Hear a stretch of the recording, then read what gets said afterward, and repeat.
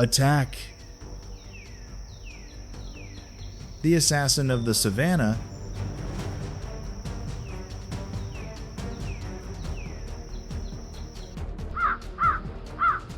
in a land that has never known peace, where the sun burns like fire over the prairies, forests, and swamps.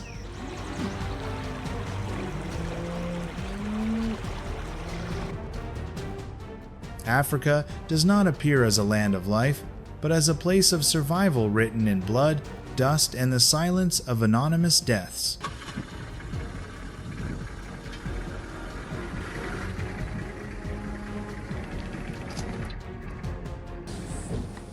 Africa, a fierce battle for survival and domination.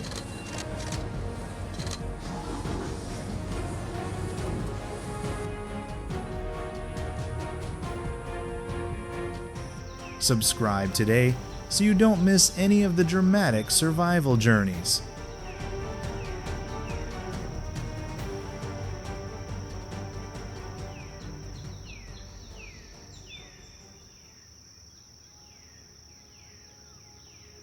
The afternoon light gradually spread over the edge of the forest.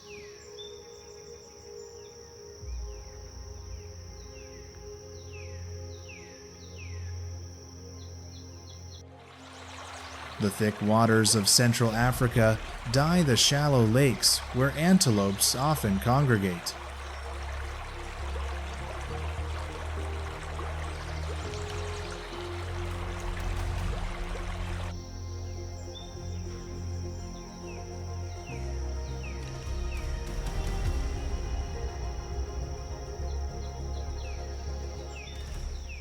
After a day of walking under the scorching sun, they carefully led the herd to the calm, mirror-like lake, their breath creating ripples on the water.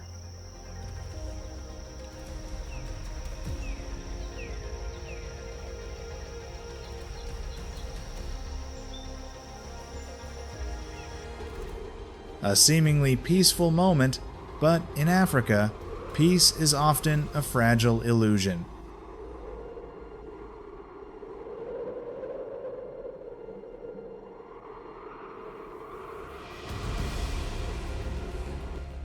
At the edge of the forest, half buried in rotting leaves and dry branches, a heavy, dark mass lay motionless as if it were part of the ground.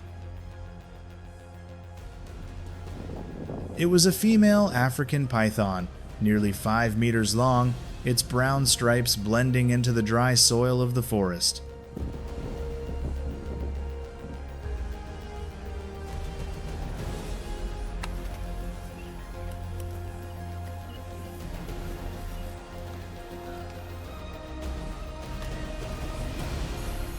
It hadn't eaten in weeks.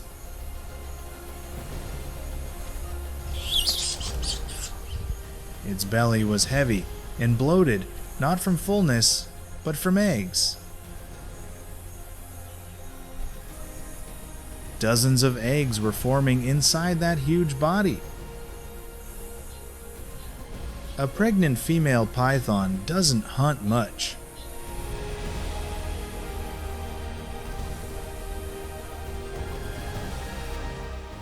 It only needs one last meal large enough to sustain it during the days it spends hiding and tending its eggs, not leaving its den, not eating, not moving.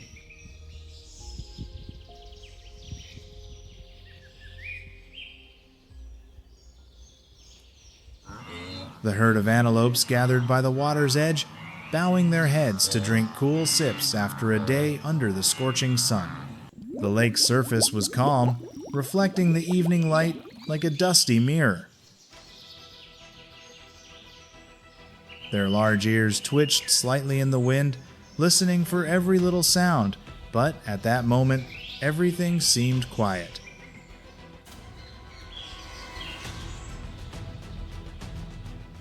Not a sound, not a warning signal. In a flash, the python launched itself. The attack did not require much force, just a tight bite on the prey's shoulder to hold it down. Then the python's body coiled around the antelope like a living rope. The muscle rings tightened one by one, regularly and ruthlessly.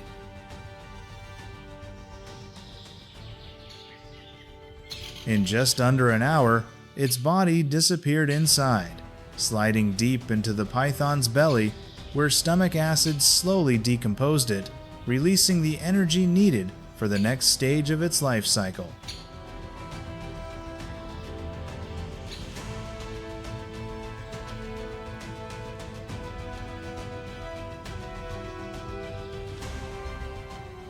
When the last antelope was swallowed, the python lay motionless under the tree, breathing heavily. Its body was swollen not only from the full meal, but also from the growing weight in its stomach. Dozens of eggs had already ripened. Comment number 1, if you are still watching our video. This is not only the end of a hunt, but also the transition between predatory instinct and maternal instinct.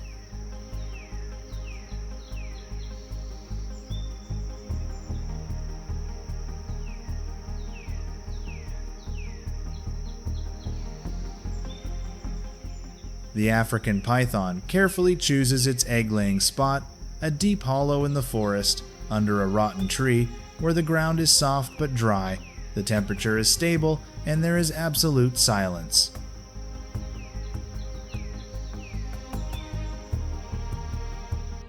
Now, belly full, heavy and ready, it returns to the dense forest canopy, no moonlight filtering through the leaves, slithering slowly.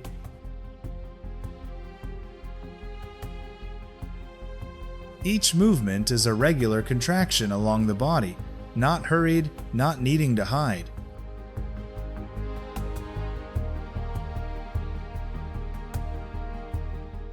It is no longer a predator now, but a reproductive machine driven by memories and primitive instincts.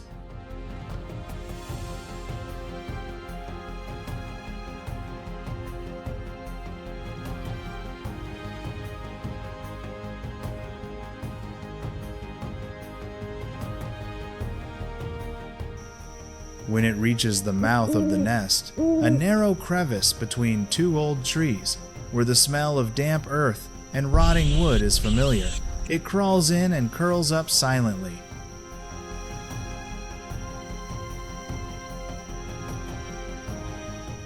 All movement outside is gradually swallowed up by the darkness and depth.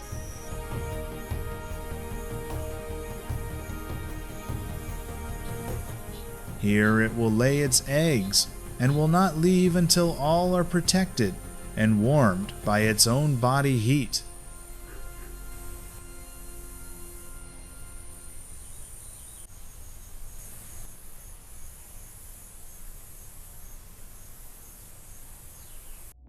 The African python is the largest snake on the Black Continent, up to 6 meters long and weighing more than 100 kilograms.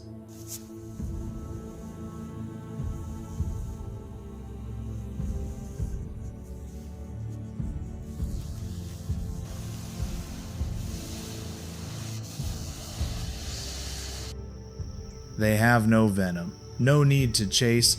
They kill their prey with muscle power, squeezing until the heart stops beating, the breath fades. They are masters of ambush, can lie in wait for hours by the water's edge or familiar path.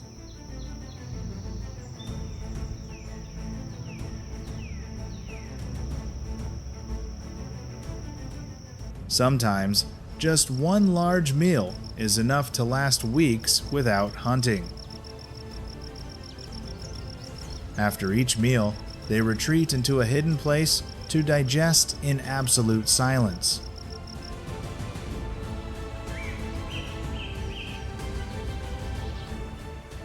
Behind the thick cover of trees and the ground quieted after the silent battle, the herd of antelopes, the survivors, left the riverbank.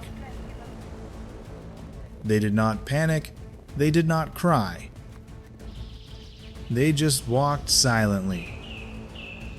The dead calf was just one of hundreds. Death, whether sudden or silent, did not stop the herd. From a distance, an outsider might think everything is peaceful, but looking closely, there is a gap in the formation. A link has been broken from the seemingly solid chain of life. A few old ones keep looking around. Small changes, very small, but enough to see that the herd remembers not by individual memory, but by collective instinct.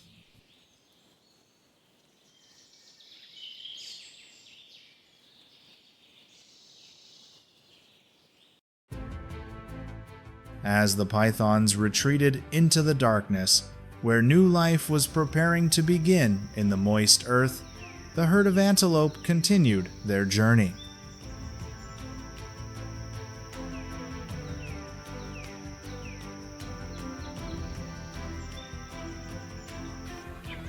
They have no fixed territory, no den. The only thing that binds them is the rhythm of water, grass, and endless movement.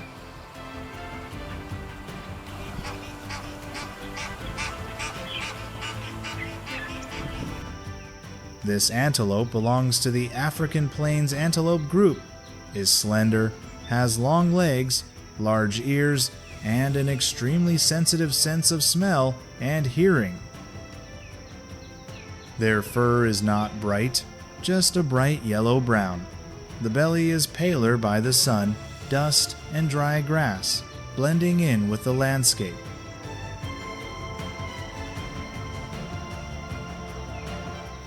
An adult can run at 80 kilometers per hour, change direction constantly, and jump like the wind. But speed is not the only defense. They live in herds, from a few dozen to hundreds of individuals, each one a link in the chain of custody.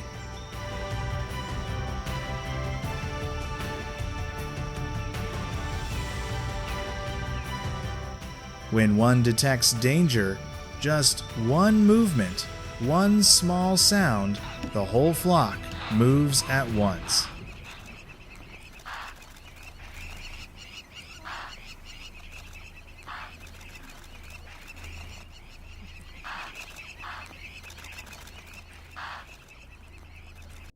They cannot afford to make mistakes.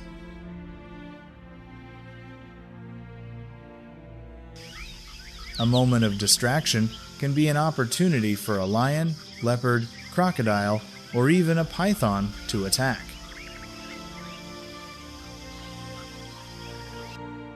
Their journeys are seasonal. When the water in the lowlands dries up, the herds head north. When the grass on the plateau dries up, they descend into the valleys. They do not remember their routes by individual memory, but by the herd memory passed down through thousands of generations.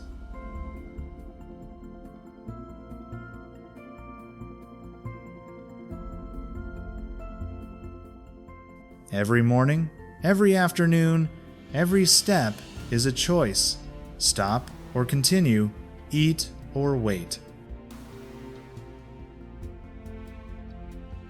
There is no map to guide the way. Only instinct urges to overcome invisible traps in every bush.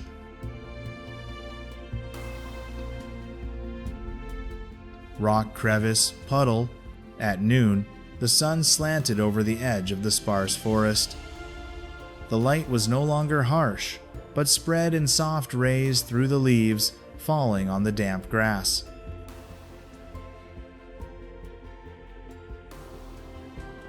A herd of antelopes rests under a sparse tree, a rare moment of silence in their harsh journey of survival.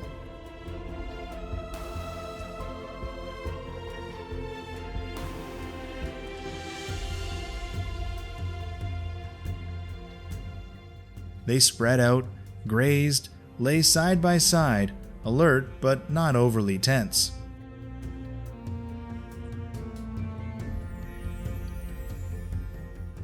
At that moment, there was no sign of danger, no strange sounds, no smell of blood, no lurking hunters.